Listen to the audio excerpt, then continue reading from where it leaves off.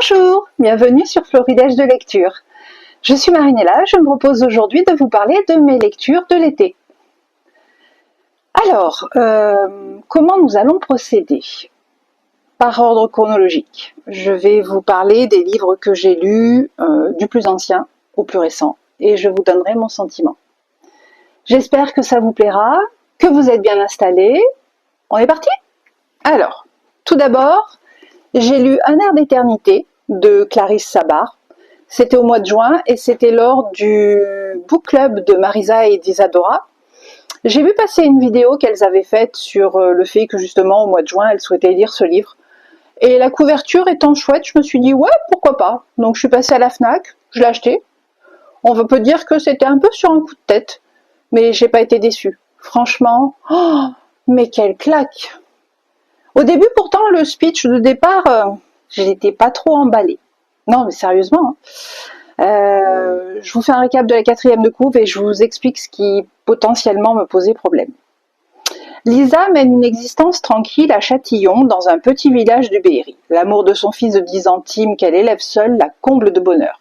Mais cet équilibre est chamboulé le jour où elle doit accueillir sous son toit 2 membres de sa famille. Sa mère mal remise d'une rupture douloureuse, et son grand-père dont la vieille maison nécessite des travaux. Le père et la fille ne se sont plus parlé depuis 8 ans. L'apparition d'un mystérieux coffret lors de la rénovation des combles va révéler un terrible secret qui tourmente le grand-père depuis son enfance. Lisa, plongée soudainement en pleine Seconde Guerre mondiale, va apprendre que les drames enfouis du passé façonnent le présent. Donc, à la lecture de la 4e de couverture, je me suis dit des histoires de famille compliquées, le grand-père qui n'a pas parlé à sa fille depuis 8 ans, la petite fille qui récupère tout le monde sous son toit. Ça va être une cohabitation pas facile. Et puis, pas du tout, parce qu'en fait, le style de l'autrice nous met dans une ambiance très chaleureuse, très conviviale, et je me suis laissée porter, franchement, j'ai pas vu les pages défiler. Et plus je lisais, plus je voulais retourner dans ma lecture. Donc, d'ailleurs, je crois que j'ai lu en version express, en très peu de temps. J'ai adoré. Je vous parlerai pas du comment, du pourquoi, parce que ça se découvre, vu que c'est sur une double temporalité. Bon, on se doute bien que, vu qu'on va être dans la Seconde Guerre mondiale, il va y avoir des petits trucs, et puis il n'y a pas forcément de happy end pour tous les personnages, mais pour moi, ça reste une histoire hyper touchante, hyper positive, hyper chaleureuse. À l'image de la couverture, vous voyez, le côté printanier, début d'été, j'ai été happée, moi, par l'histoire de ces personnages, autant ceux du présent que ceux de la Seconde Guerre mondiale. Ils m'ont tous captivée, et franchement, j'ai adoré. J'ai quitté cette histoire à regret, parce que il fallait bien arriver à la fin de l'histoire, mais malgré le fait que j'avais déjà lu un livre de l'autrice, il me semble que c'est La femme au manteau violet, qui est aussi sur une double temporalité, mais non, j'avais pas été transportée à l'époque. Alors que là, je sais pas, la magie a opéré, il s'est passé un truc de l'ordre du mystérieux, j'en sais rien, mais honnêtement, pour moi, c'est une pépite. Et je pense qu'à la fin de l'année, on en reparlera dans la vidéo bilan de l'année 2025. Mais à mon avis, je ne serais pas étonnée qu'il soit dans les 10 premiers, honnêtement, parce que pour moi, ça a été vraiment une merveilleuse lecture. Je ne peux que vous inciter à aller y jeter un coup d'œil. Si vous l'avez déjà lu, j'aimerais bien avoir vos retours de commentaires. Qu'est-ce que vous en avez pensé? Comment vous avez trouvé cette famille atypique? Moi, perso, belle découverte. Voilà. Donc, c'était Un air d'éternité de Clarisse Sabart. Ma première lecture de l'été. Ensuite, on arrivait à peu près au mois de juillet, oui, parce que moi, je lis à la vitesse de la tortue, mais bon, chacun son rythme. L'essentiel, c'est de kiffer ce qu'on fait, moi je dis. Donc, début juillet, je suis partie avec Ergon, parce qu'à force d'en entendre parler sur la chaîne de Louise de Rêve ta vie en lecteur, forcément, et à un moment donné, je me suis dit go, surtout que moi, je me suis achetée dans cette jolie version avec le jaspage doré. Donc, il fallait tout début juillet que je prenne une lecture avec moi pour aller soutenir mon mari qui passait des examens dans une clinique. Donc c'était une hospitalisation en ambulatoire et je voulais démarrer quelque chose qui me hype. Ah ben j'ai pas été déçue du voyage, du tout. Honnêtement, j'ai dû attendre les 3 quarts de la matinée, je crois, hein, parce qu'on est arrivé très tôt. Ça devait être 8h30, j'ai eu jusqu'à à peu près midi et demi. Alors c'était le tout début, mais pareil, j'ai plongé dedans et puis j'ai tourné les pages parce que les aventures qui arrivent à Eragon, waouh, ouais, j'ai vraiment adoré à tel point que il faut que j'achète la suite puisque c'est une saga en 4 tomes. Et pour moi, c'est un must-have de la fantasy. Honnêtement, pourtant, je l'ai déjà lu pas mal de bouquins de fantasy, mais celui-là, j'ai vraiment beaucoup aimé. Dans la foulée, parce que je l'avais à la maison, j'ai revisionné le film. Dommage, on aurait pu faire mieux. Je pense qu'il manque beaucoup de choses. Les acteurs sont, enfin, moi j'adore Jeremy Irons, donc ça m'a pas posé de problème, mais on aurait pu mieux faire, je pense. Avec un tel texte, il y avait matière à. Donc si vous connaissez pas, pareil, allez-y. Si vous connaissez, dites-moi en commentaire ce que vous en avez pensé. Et puis si vous voulez, on peut se caler la lecture du tome 2, histoire de se motiver tous ensemble, un de ces 4. Pourquoi pas en lecture hivernale pour le Cold Winter Challenge, pourquoi pas, à voir. Et puis j'ai continué, alors vous allez me dire, j'ai carrément changé de style parce que entre Clarisse Sabar et Eragon, on est déjà aux antipodes, mais là, je suis partie dans quelque chose que je connaissais pas. Honnêtement, comment je l'ai découvert? Je crois que je l'ai croisé dans les rayonnages de ma librairie habituelle. Et puis, je sais pas, le côté doré a fait tilt. Moi, la maison, là, avec les chapeaux, j'ai embarqué ça avec moi. Je me suis dit, c'est un petit livre, petit truc, tranquille, petit jeunesse, parce que c'est à partir de 10 ans, hein, c'est chez Folio Junior. Qu'est-ce que je risque? Bah, de kiffer ma lecture. Eh bah oui. Ouais. À tel point que je l'ai lu, j'ai le deuxième dans ma palle. J'ai eu fini de le lire, je suis allée chercher le deuxième, en fait. De quoi s'agit-il, Kezako? Eh ben, alors, je dirais que ça se situe entre Harry Potter, pour le côté magie déjantée, et puis Jules Verne pour le côté aventure. Voilà. Je vous lis la 4e de couverture au cas où vous n'auriez pas vu passer ma chronique sur Instagram puisque je l'ai faite déjà dans le courant de l'été. Un grain de folie et de magie au bout des doigts. Tel est l'adage de la famille Chapelier, qui fabrique des chapeaux magiques de génération en génération. Lorsque son père disparaît au cours d'une expédition à la recherche d'une plume d'oiseau rare, la jeune Cordélia Chapelier jure de le retrouver, quitte à mettre la ville de Londres sans dessus-dessous. Alors, franchement, la 4e, elle est géniale.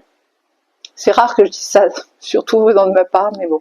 Non, la 4e de couverture, elle est super parce qu'en fait, on vous spoile pas grand-chose, c'est dans le premier chapitre où on apprend que le papa de Cordélia revenait d'une expédition en bateau et son bateau a sombré en arrivant au port. Voilà.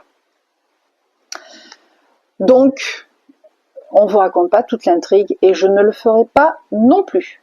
Moi, j'ai suivi cette gamine. Elle m'a menée, je dirais pas par le bout du nez, mais presque.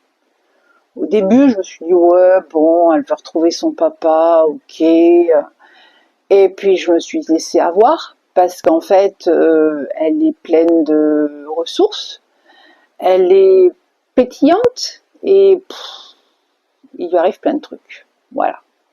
Donc, ça a été une très, très, très bonne lecture pour moi, franchement, j'ai adoré. J'ai pas vu passer le temps. Ce qui est super génial, ça m'a fait rire quand je m'en suis rendu compte, c'est qu'en fait, à la fin du bouquin, il y a un glossaire. Alors un glossaire un peu particulier puisque la maison Chapelier, il fabrique des chapeaux magiques. Ça pareil, c'est pas un scoop. Hein. Et à la fin, nous avons un glossaire. Voici une liste concise mais indispensable des ingrédients les plus précieux et les plus puissants que tout apprenti de la maison Chapelier se doit de connaître. Et franchement, c'est pas mal foutu, quoi. Si vous avez l'occasion, n'hésitez pas. Donc c'est un tout petit bouquin de 360 pages à peu près. Et ça se lit nickel. Moi j'ai adoré surtout parce que le soir j'aime bien bouquiner avant de dormir. Et c'est vrai qu'il y a certains livres pour moi qui sont plus faciles de lire le soir que d'autres. Notamment celui-là parce que les chapitres sont courts, donc si vous êtes fatigué de votre journée, bah, vous lisez un chapitre et puis vous pouvez éteindre.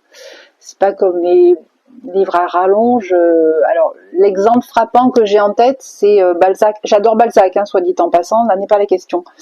Mais c'est vrai que je vais plus rarement lire du Balzac le soir, parce qu'il faut savoir que la plupart des livres de Balzac, il n'y a pas de chapitrage.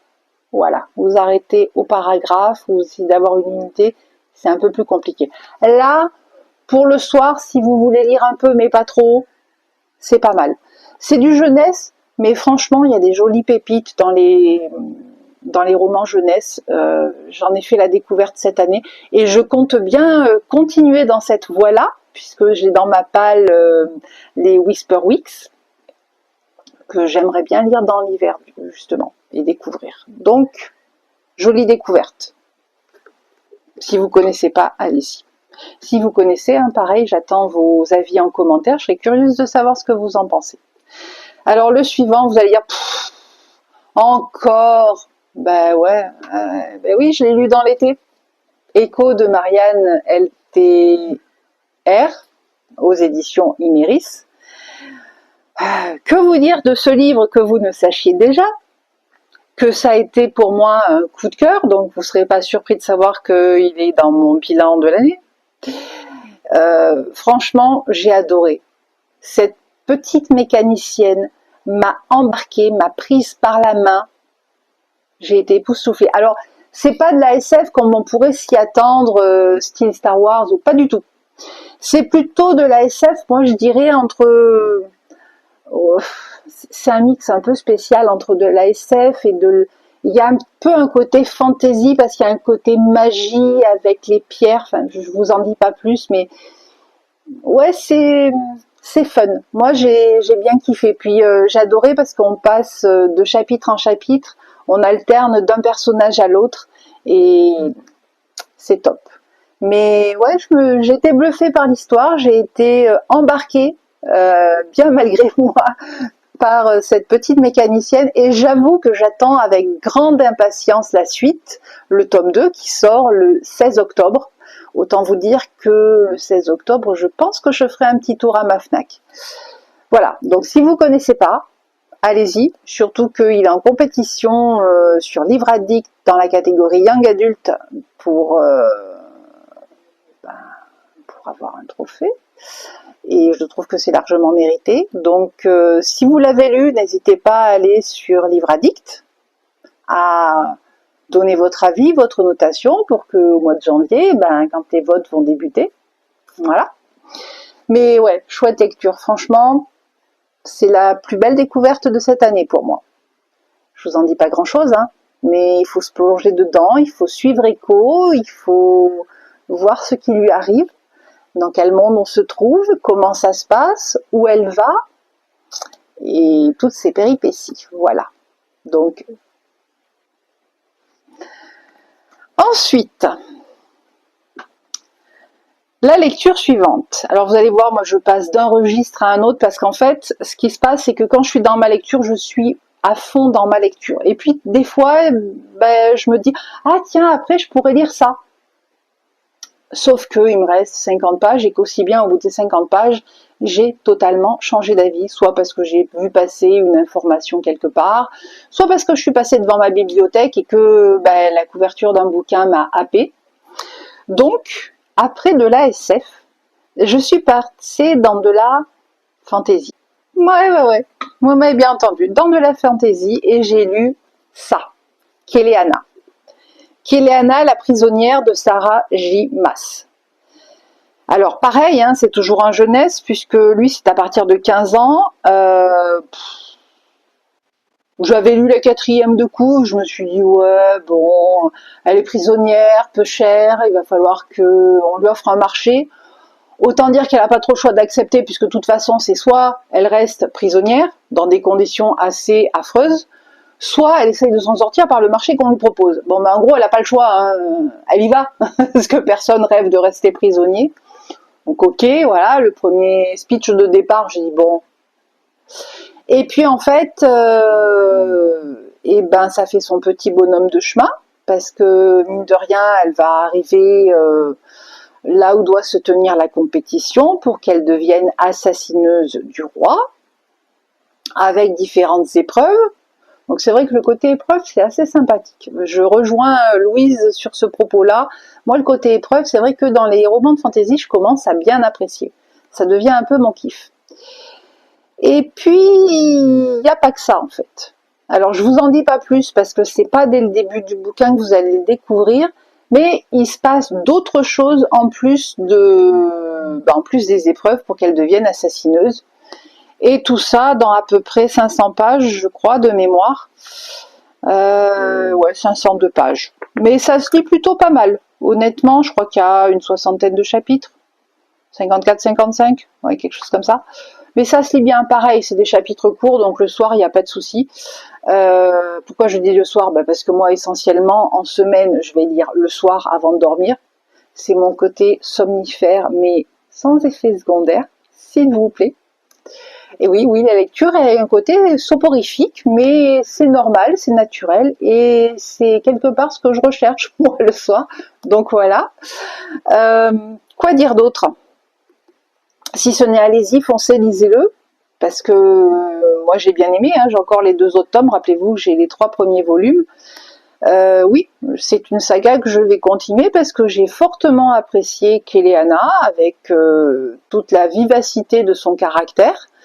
Et la plume de Sarah Gimas m'a bien accroché, donc je vais continuer à lire cette saga, sans aucun problème. Vous trouverez plus sous cette version, hein, puisque moi, elle date de 2018, celle-là, puis j'ai regardé un petit peu sur Momox et sur la Fnac, il se trouve plus comme ça, d'autant que ça a été réédité dernièrement. Mais bon, peut-être qu'en bibliothèque, vous pouvez trouver, il n'y a pas de souci. Donc si ça vous intéresse, ou si éventuellement vous l'avez déjà lu, dites-moi. Donnez-moi votre avis en commentaire, dites-moi ce que vous en avez pensé, qu'on puisse échanger. Voilà, ça c'est principalement les 5 lectures qui ont constitué ma palle de l'été. Et j'en ai rajouté un 6e parce qu'en fait c'est un livre que j'ai commencé durant l'été et qui pour l'instant n'est pas terminé, je l'ai mis en pause. Alors pourquoi je l'ai mis en pause? Parce que déjà c'est une grosse bricasse, vous allez voir. Et puis surtout, ça demande un peu de concentration parce qu'il y a énormément de personnages et il y a des chapitres qui font dans les 50 pages hyper denses. Autant vous dire que le soir, j'ai pas le courage de lire un chapitre entier. Donc pour l'instant, je me suis dit, je vais le mettre en pause jusqu'aux prochaines vacances éventuellement. Mais de toute façon, je vous en ai déjà parlé, hein, puisque regardez, il s'agit de Azteca de Gary Jennings. Voilà. Et quand je parle de bricasse, hein, vous voyez le truc. Mais honnêtement, j'en suis déjà à 200 et quelques pages. J'adore ma lecture. C'est vraiment pour des raisons techniques et d'organisation que je l'ai mis en pause et absolument pas parce que j'arrivais pas à rentrer dedans. Non, j'adore ma lecture, mais techniquement, moi, le soir, lire un chapitre de 50 pages, j'ai pas le courage. Surtout que des fois, je finis à 20h15, donc c'est un peu compliqué. Mais je vous invite à... Alors par contre, je mets des trigger warnings parce qu'il y a des scènes un peu... voilà. À ne pas mettre dans toutes les mains, âmes sensibles s'abstenir, puisqu'on est quand même sur le récit d'un Aztèque et sur les comportements de son peuple. Donc c'est bien différent de ce que nous, on peut concevoir de nos jours. Mais franchement, la plume de l'auteur, j'aime bien, c'est hyper bien raconté. J'adore ma lecture. Donc, si ça vous intéresse, si vous l'avez lu aussi, je veux bien vos retours en commentaire. Et puis voilà, je suis arrivée à la fin de ma sélection de la palle d'été. J'ai l'impression que cette vidéo est en mode hyper short. Bon, c'est vrai que par rapport à l'habitude, j'ai pas autant de bouquins à vous présenter, mais j'espère que ça vous a intéressé, qu'éventuellement il y a des bouquins que vous avez lus ou que vous aimeriez lire, n'hésitez pas à me dire, qu'on puisse échanger. N'oubliez pas de liker, partager, vous abonner si ce n'est pas déjà fait. Quoi vous dire d'autre? Autre information à ce propos, je prévois un live tous les dimanches de 14h à 16h également sur Twitch. Je vous mets comme d'habitude, mais vous le savez déjà, tous les liens en barre de description. Également le lien des livres cités, si ça vous intéresse de les lire ou de les trouver en bibliothèque, en médiathèque, ou de cliquer sur mes liens affiliés qui permettent de faire vivre la chaîne, mais qui ne vous coûtent pas un centime de plus. Quoi d'autre? Je sais pas. Dites-moi, vous, ce qui vous intéresse dans ces lectures, ce que vous avez lu cet été. Je serais curieuse de savoir, de pouvoir échanger, papoter, et peut-être que nous nous croiserons lors d'un prochain live Twitch. Ou alors, autre hypothèse, on se retrouve dimanche prochain dans une nouvelle vidéo sur YouTube. En attendant, écoutez, moi je vous souhaite de très très belles lectures. J'espère que vous allez tous très bien et je vous dis à très bientôt. Ciao!